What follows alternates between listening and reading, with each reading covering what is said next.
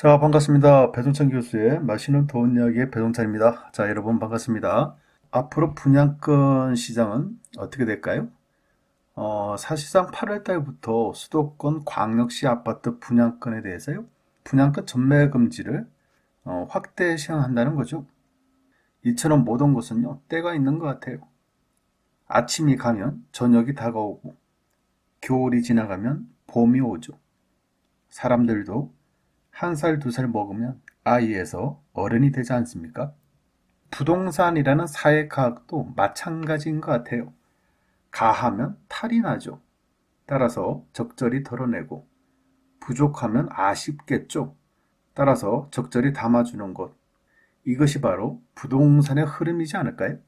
따라서 부동산의 좋은 투자라는 거는요, 부동산의 흐름과 같이 가는 거죠.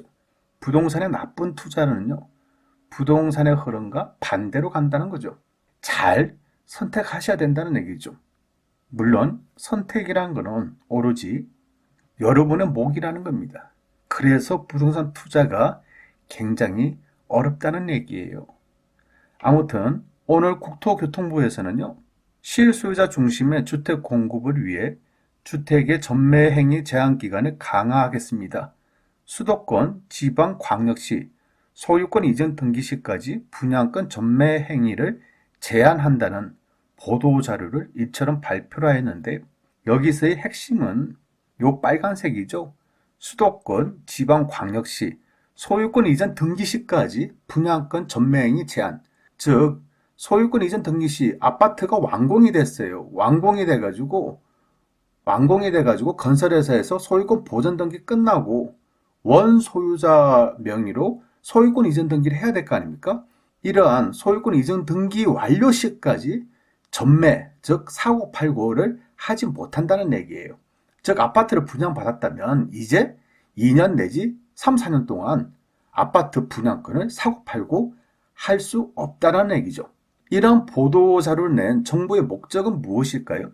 당연히 투기 수요를 차단하고 실소유자 중심의 주택을 공급하기 위해서 수도권 가밀 억제 권역 및 성장 관리 권역과 지방 광역시 도시 지역의 민간 택지에서 건설 공급되는 주택의 전매 제한 기간이 기존 6개월에서 소유권 이전 등기 시까지로 강화한다라는 내용이죠. 정부의 목적은 투기 수요 차단, 이게 핵심이라고 봐야 되지 않을까요? 이러한 정책의 원인을 좀 생각해 보면 첫 번째로 본다면 투기 세력들이 청약 시장에 너무 많이 유입됐다는 거예요. 분양만 하면 40% 이상이 20대 1의 청약 경쟁률을 보이고 있다는 얘기예요. 한마디로 표현한다면 부동산 청약 시장에, 분양 시장에 광풍의 바람이 불고 있다라고 말씀을 드릴 수가 있겠죠. 두 번째로 본다면 전매 기간 종료 후 바로 처분을 한다는 얘기예요. 대부분의 사람들이 분양을 받은 이후에 전매 기간 6개월이 끝난 이후에 바로 판다는 얘기예요. 실질적으로 6개월이라는 전매 금지 기간이 짧으니까 그 사이에 사고팔고들을 많이 했겠죠. 그리고 6개월이 지난 이후에 바로 처분한다는 얘기예요. 한마디로 표현한다면요, 청약시장, 분양시장이 투기판이라는 거죠. 이에 따라 투기 수요를 차단하여 실소유자 당첨 확률을 높이기 위해서 수도권 가밀억제 권역, 성장 관리 권역, 지방광역시의 도시지역에 대해 소유권 이전 등기시까지 분양권 전매를 금지한다는 거예요. 언제부터? 8월까지 주택법 시행령 개정을 완료할 계획이라는 거죠. 그렇다면 수도권 가밀 억제 권역과 성장 관리 권역을 한번 살펴보면요, 이 표에 나와 있죠. 가밀 억제 권역이란 거는 서울, 인천, 의정부, 구리, 하남, 고양, 수원, 성남, 안양, 부천, 광명, 과천, 의양, 군포, 시흥시 일부 지역을 얘기하고요. 성장 관리 권역이란 거는 인천, 동두천, 안산, 오산, 평택, 파주, 남양주, 용인, 연천, 포천, 양주, 김포, 화성, 안성, 시흥시 일부 지역 이렇게 얘기하는 거고요. 나머지 지역이 자연 보전 권역이라는 거죠. 또한 지방광역시의 도시지역이라는 거는요, 국토의 효율적인 이용을 위한 용도 구분 중에서 용도지역이라는 게 있거든요. 용도지역은 크게 네 가지로 구분이 됩니다. 도시지역, 관리지역, 농림지역, 자연환경 보전지역이죠. 여기서 말하는 도시지역이란 것은 인구와 산업이 밀집된 지역으로 체계적인 개발, 정비, 관리, 보전이 필요한 지역이죠. 따라서 지방광역시의 대부분 지역도 전매 금지 구역으로 묶였다라고 이렇게 생각을 해볼 수 있다는 얘기죠. 자, 지금까지 오늘 나온 보도 자료들의 핵심들을 설명해 드렸는데요. 그렇다면 앞으로 분양권 시장은 어떻게 될까요? 아마 이러한 부분이 가장 핵심적인 내용이라고 볼 수가 있겠죠. 먼저 제가 보는 점에서는요. 앞으로의 분양권 시장은요. 양극화가 심화될 거예요. 그리고 단타 세력들의 유입이 감소가 될 것 같고요. 불법 거래 행위가 증가가 될 것 같아요. 이를 자세히 살펴보면 첫 번째, 분양시장의 양극화인데 인기 있는 지역, 즉 분양가 상한제 적용 지역. 인기가 있으니까 분양가 상한제 적용하는 거 아니겠어요? 그리고 핵심 지역, 그리고 분양 가격이 저렴한 곳, 시세보다 주변의 아파트 단지의 아파트의 평당 가격보다 분양하는 평당 가격이 싸다. 그러면 이런 지역은 인기가 지속되겠죠. 그냥 대부분의 사람들이 장기 보유할 가능성이 높아진다는 얘기예요. 왜냐? 주변 아파트 시세보다 저렴하니까 가지고 있지 않습니까? 또 혹시라도 미래에 부동산 시장이 위험이 겪는다라고 하더라도 제일 중요한 거는 싸게 샀으니까 버틸 수 있는 힘이 있다는 얘기죠. 이에 반해서 비인기 지역, 또 고분양가, 주변 시세가 평당 2천만 원인데 분양가가 2,500만 원이래요. 그러면 어떻게 했어요? 고분양가죠. 그러면 사람들이 청약을 안 하겠죠. 미분양이 앞으로 일어날 가능성도 많고요. 또한 당첨됐다 하더라도 당첨을 포기할 가능성이 많겠죠.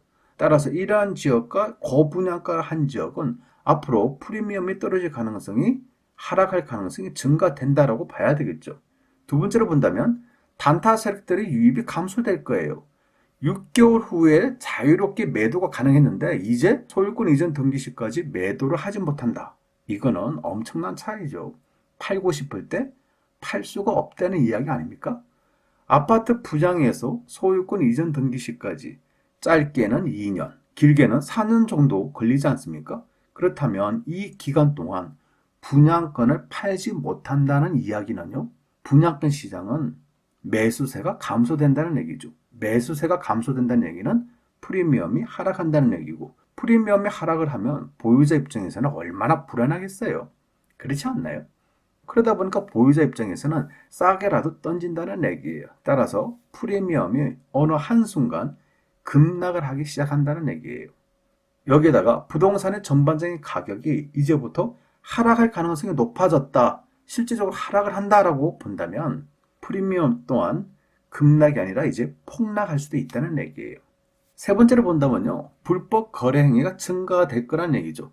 전매 금지 기간 내에 사고 파는 행위, 불법 중개 행위, 입주 시에는 다운 계약서 작성 행위, 이러한 불법 행위들이 이제 증가될 것 같아요.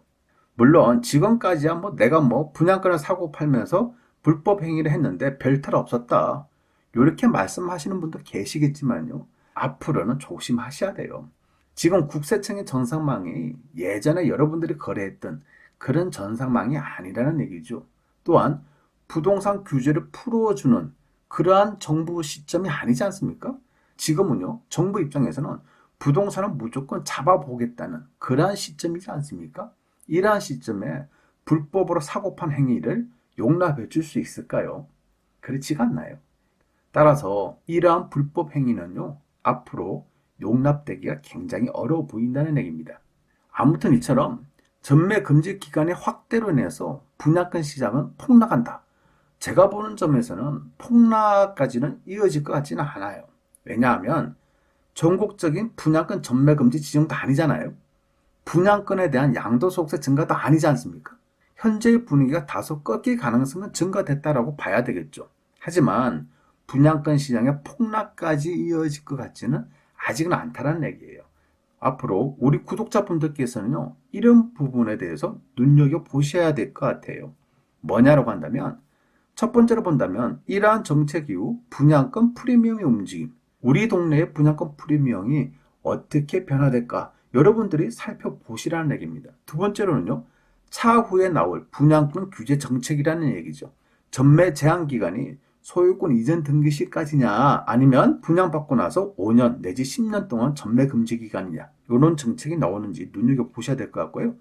분양권에 대한 양도소득세 증가 내지는 그냥 부동산 양도소득세 증가 요 얘기가 나오면 분양권 시장도 크게 출렁인다는 얘기예요.